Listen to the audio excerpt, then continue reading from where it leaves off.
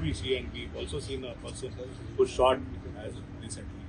No, we don't know what interests them. Obviously, money, or even it's easier to do it here.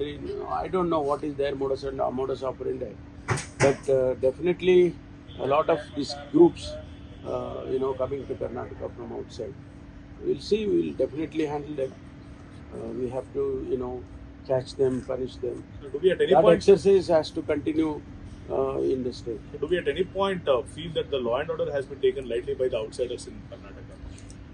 I don't think so, because they also know the risk factor. Even now the firing has taken place, and two of them have been caught. So that risk factor is always there. They will sometimes they may lose their lives, sometimes they may injuries and so on, or even spend their lifetime in prison. All these things, they also know, but yet they keep doing. We cannot really, we have to stop them. We have to stop them somehow. Any strict action against them, because most of the in this type of crime out of Karnataka, No, especially action, Bihar, Rajasthan. action always be very strict only. There is no lighter actions.